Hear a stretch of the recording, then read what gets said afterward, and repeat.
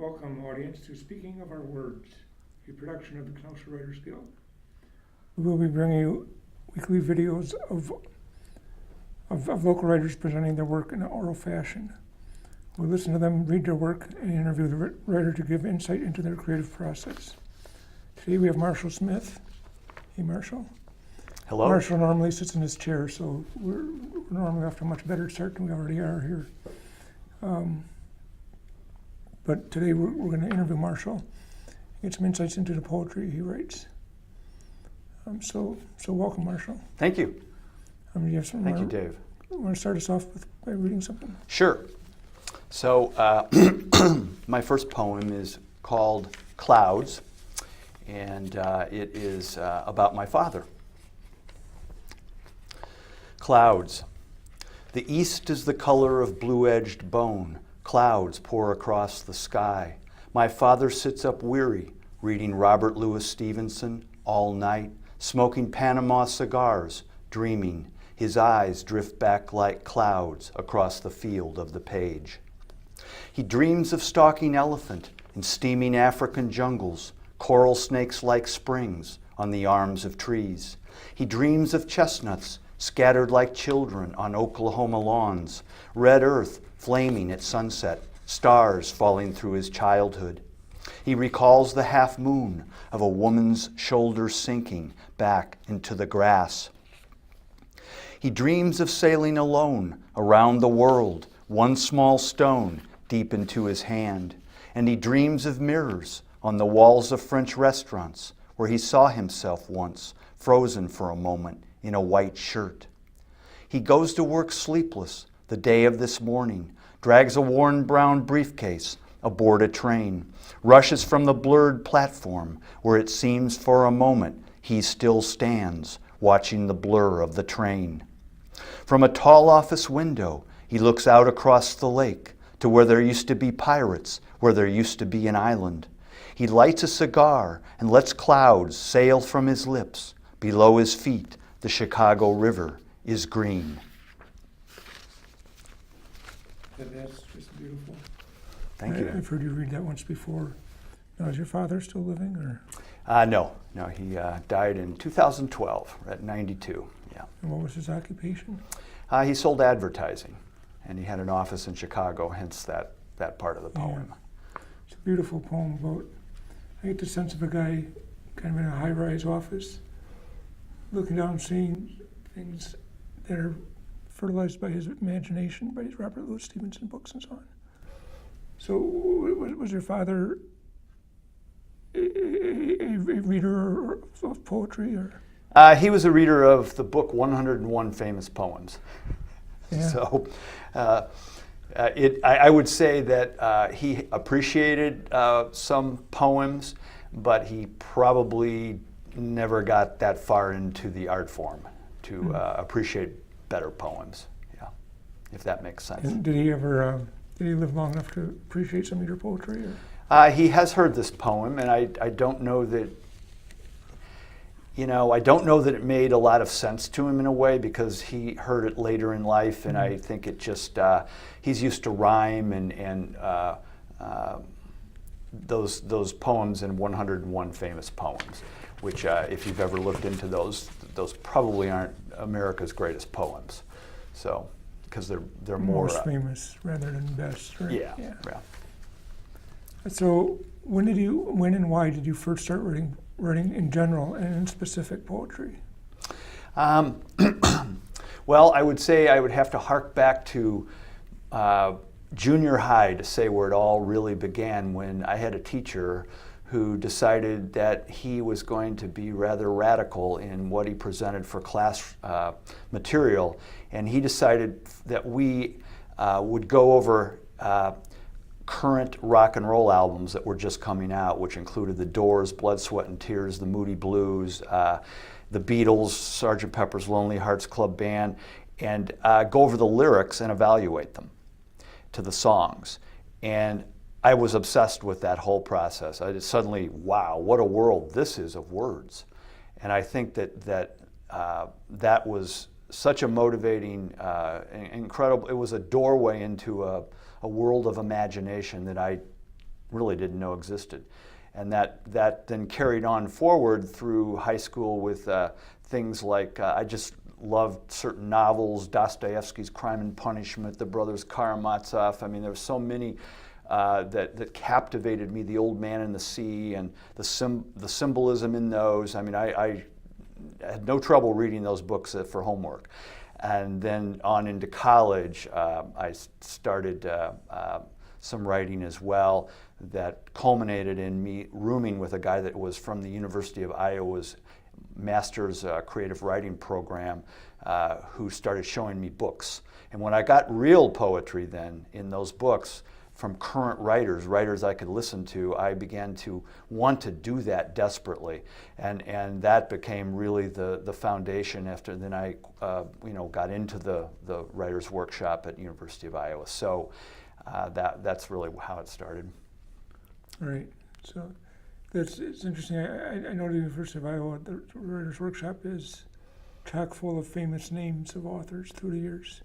So did you get to rub elbows with anybody that I might know, for example? Well, I had the pleasure of having two kinds of experiences there. One was visiting writers, and the other was the people on staff there. The director of the program, Donald Justice, won the Pulitzer Prize.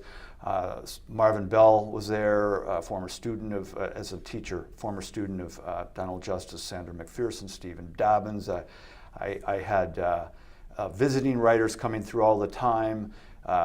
Even there's an international workshop, so people like Joseph Brodsky, who's Russian, came through and read. What a wonderful poet he is, and Mark Strand and many poets came through there. So I got a chance to talk to a lot of famous people. Yes. Mm. I find it interesting as somebody who personally I try to write novels, very long process, long substantive works, and poetry seems to be so short. So how long does it typically take you to write a poem? Well, I would say that's highly variable. For instance, my mother-in-law recently passed, and there were so many emotions swirling around that with my wife, and the morning after the day of her passing, I got up at 6 a.m. And went downstairs and wrote a poem and about her and the event, and that took about an hour. And I was reasonably pleased with nearly the first draft of that poem and happy with it. I would say that's highly unusual. Mm-hmm. I would say that typically there's a lot more editing that goes on and a lot of dissatisfaction and a lot of changing and going back and forth across many different versions of a poem from where I started and where I end up, and maybe then when I end up somewhere I go back to where I started. It's quite a process. So, and anywhere in between, you know. But I typically do quite a lot of editing on the poem. Now, for you, what's more important, the emotional content of the poem, the sound of it, or the kind of intellectual substance of it? Right. Well, I would say that there has to be an artful merging of all of those things to make a connection at on different levels for the poem. Certainly the language is extremely important. I mean, I guess I think that while a definition of poetry is somewhat elusive, and Auden called it a contraption of words, and I think Emerson called it a meter-making argument. Still, it's elusive as to actually how to define it, but it seems to me that there is a compression of cognitive power and intellect within the boundaries of the words you've chosen, the poet has chosen. And that intellect expresses itself in different ways depending on the poet, whether if they're working in rhyme or off rhyme, in free verse, how they enjam. And whether it's a metaphysical ideas like Emily Dickinson, or whether you're working with fun sounds and fun ideas like E.E. Cummings' Mud luscious and puddle wonderful to talk about spring when that makes you smile. So I think that the intellect expresses itself in a lot of different ways, but it seems to me that there has to be a compression of intellect inside those words you've chosen. It's a very broad form, isn't it? Yes, very broad form, elusive in definition. I just realized you were going to read a couple more, that I kind of interrupted you in the middle of it. No, that's not a problem. So, I think I'll read a poem. I'm going to change my order here a little bit. We don't have to get through all of these if the conversation goes, so that's fine too. Clouded Sky. So this is a poem that is about a brilliant and poet from Hungary who died in a forced march from a concentration camp, and it's a situation where his wife, searching for him, found him dead, his body, and found in his pocket the manuscript for a book of poems that, in translation from Hungarian, is called Clouded Sky. And that's a rather dramatic event there. I personally love this poet because it's one of my favorite books, and he wrote these poems inside of horror, the horrors of a camp, and yet so many of them mentally escape from the camp, and they're just beautiful. Some of them are dark and represent the emotions inside the camp, but he just was able to project beyond, both back in memory and thinking about his relationship with his wife and his childhood and different times in his life. So the book my poem is called Clouded Sky, after the book. okay. I never met you, Miklos Radnoti, found on the road dead by your own wife, 1946. You were a poet crowned in death, a posthumous book discovered in your pocket. I wonder, how did you hide a sun in your pocket? How did it survive the final eclipse? When they buried you between the twisted roots, they could not bury your clear voice. It fell again with the next rain, and they heard you still from the sleep of sand. You speak to sand, are its slow, soft voice. Radnoti, you raise light from dark corners, love small things and background, high trees which first swim away in the red evening, then drown in the night. I can see you as it must have been, that first virgin spring post-war, marching off through mud into the trees, an April sky to become the background. Well, again, that was just beautiful. Well, thank you. I particularly like the lines, how did you hide a sun in your pocket? It's just a beautiful line that kind of describes how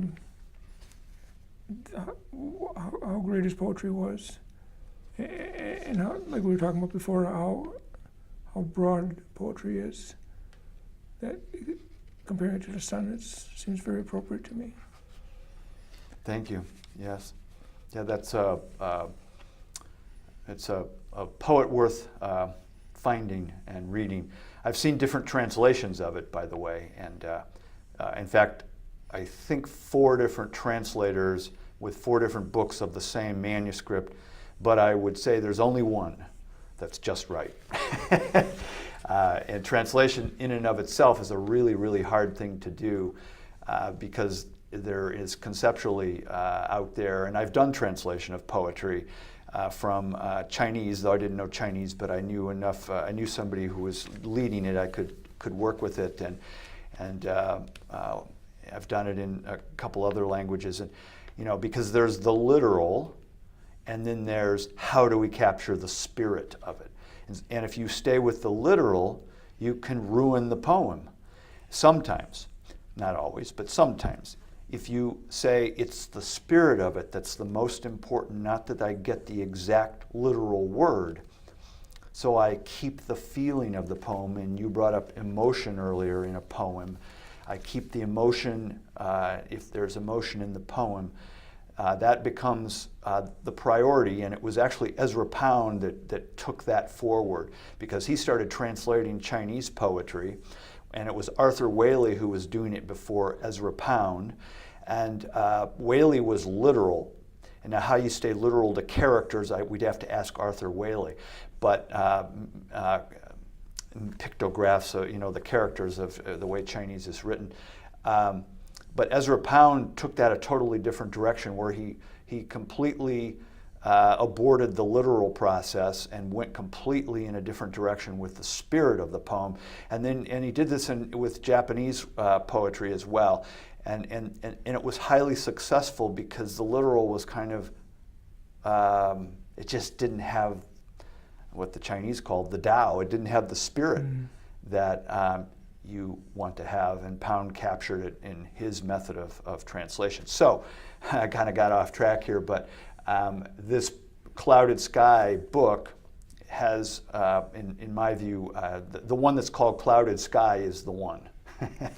Because there's another one called Foamy Sky, and there's another one, there are four different ones, but the one called Clouded Sky is the one. You remind me of one of my favorite works of literature when I was younger was the Dunio Elegies by Rilke. I'm sorry, what is it? The Dunio Elegies by Rilke. Oh, right. What a wonderful poet. I just loved. There were different books of it, I think, if I remember right, like 10 or 12 different. And I read it again years later, and it didn't strike me as being nearly as good. And I wonder if it's because it was a different translation, That could well be, because Rilke is so famous as a poet.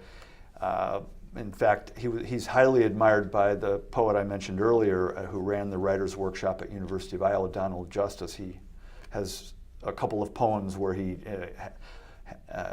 subject is Rilke, partially, indirectly and directly both. But yeah, there are a lot of translations of Rilke.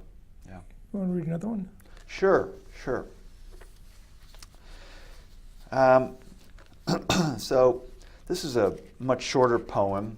It's called Accident, and it is about the death of the suicide of my mother and my father finding her.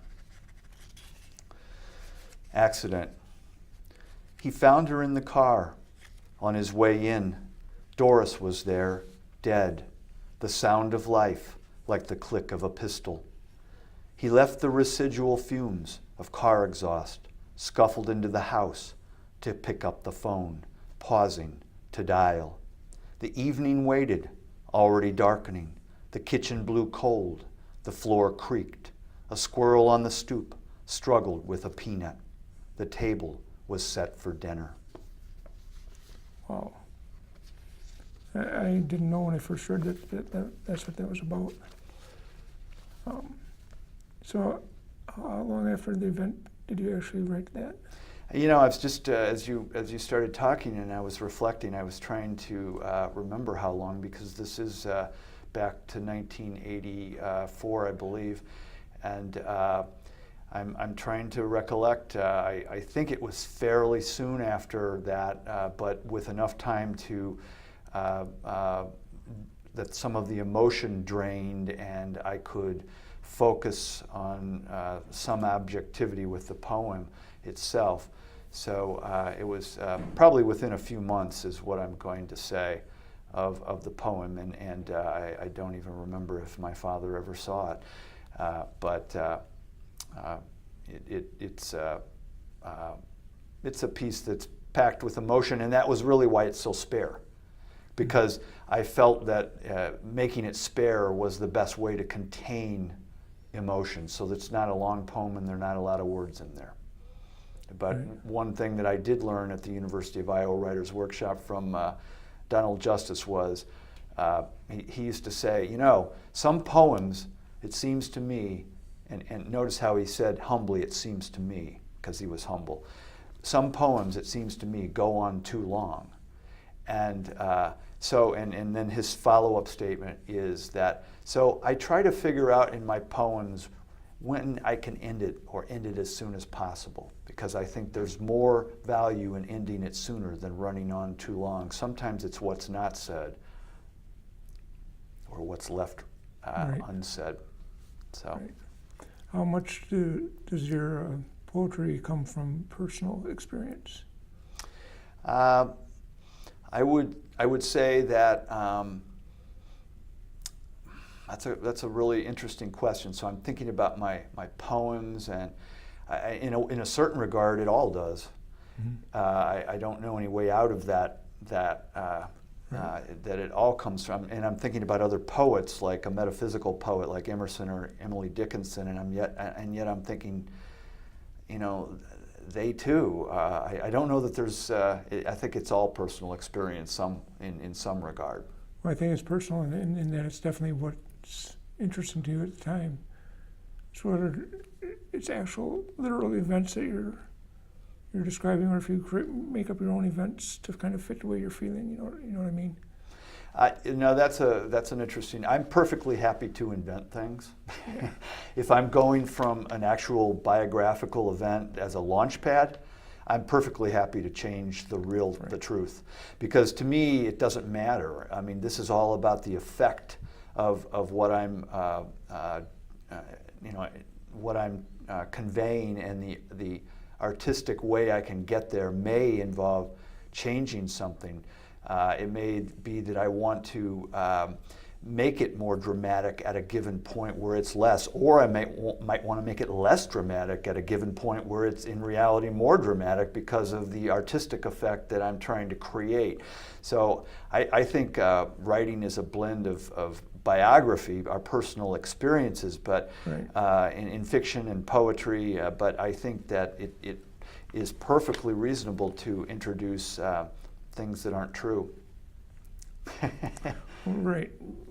But the things that, as long as the things that aren't true kind of help you arrive at a bigger truth later on, if that makes sense. Sure, a higher truth of whatever the theme or your piece of work is all about. How do you feel about that, if I may turn the tables on you just for a moment, because you write some beautiful fiction, and how do you feel about the truth of what your biographical experience is versus adding and subtracting things that changes the truth of the biographical experience? I think one of the things that got me really into writing fiction, I'd been writing memoir, and but when you write memoir, at some point you run the risk of hurting people that are close to you when you write about some of the things that aren't maybe so happy. So someone told me to imagine the fictional possibilities, and that opened up a whole new world for me. I could write about difficulties I'm having with certain people, but just change the reality around. If that makes sense. That makes perfect sense, and I know this is an interview about me, but I'm going to say right here that I admire your fiction a great deal, and so I will also say that the first poem I read, Clouds, about my father, is chock full of things that I can't say I ever actually witnessed. So, but it just worked for me in the spirit of the poem, which is probably why I mentioned earlier that he saw it and looked at it, but he wasn't sure, because he wasn't connecting with the real events of his life versus what I had partially put down. The only real true things in there are that he worked in a tall building and did look out across the lake. And of course I put in there about that island where there used to be pirates. I don't know that he ever thought that. That was the Robert Louis Stevenson fictional element that I'd happen to stick in there. So it's interesting to see how that goes. Yeah. Well, I'm told we have a little 4 minutes left. Do you have time for another one? Yeah, I have time for one more. I'm sorry if we've... That's okay, no problem. So I'm going to read a poem. This is called 16 Lines, and it's for my wife, Catherine, our 16th anniversary. I wrote this poem. 16 lines. You grow your hair longer these days, thick, black, beautiful hair, It hangs loosely cropped to your shoulders, a black curtain across a white stage. Many years it was short, and before that it was longer, and before that I did not know you. Was there a time I did not know you? 16 years now, your warm brown eyes soften like chocolate, and light swims in their surfaces. Some days there is more light, some days less. Always there is light. I will go out in my car today, drive through a city of broken men. When I come home, you will be there. This is the truest thing I know. Again, that was great. And it reminds me of how much poetry needs to be read out loud and how well you read things. So how did you learn how to read poetry so well? I think what I work with is I try to I've heard poets read, and Charles, well, I'm not going to say his name. There's a particular poet who's a great poet. He's a terrible reader, and I don't want to be like that. I recite poetry in my car to myself, whether it's my poem, my poems, or other writers' poems, other writers whose work I love, because I love to hear it. So I guess loving to hear it and thinking of it as an oral art form makes me want to do it well, as though I'm on stage. And even when I'm alone, I'm on stage. So I think about it that way. I want to connect in a special way with the audience. Well, you certainly do, with both in the written form and in how you read it, or orally and on the page. It comes across very strong both ways. Thank you. Thank you very much. Well, I think we're almost out of time, which is just incredible to me because it feels like we just sat down. It does feel like that. Yeah, so thank you very much, Marshall. Now, if somebody wants to find your work, how would they go about it? So I'm in an anthology called Soundings, and I'm just beginning again because I just retired from another kind of job to submit work to publications. So we'll see what happens. I'm sure we're going to see a lot more of you then. So thank you, everybody. This has been the Speaking of Our Words, Kenosha Writers Guild. Production of the Kenosha Writers Guild. If you are interested in joining, we're free. We meet twice a month on the second and third Thursdays of each month. And visit our webpage, KenoshaWritersGuild.com, or our Facebook page. And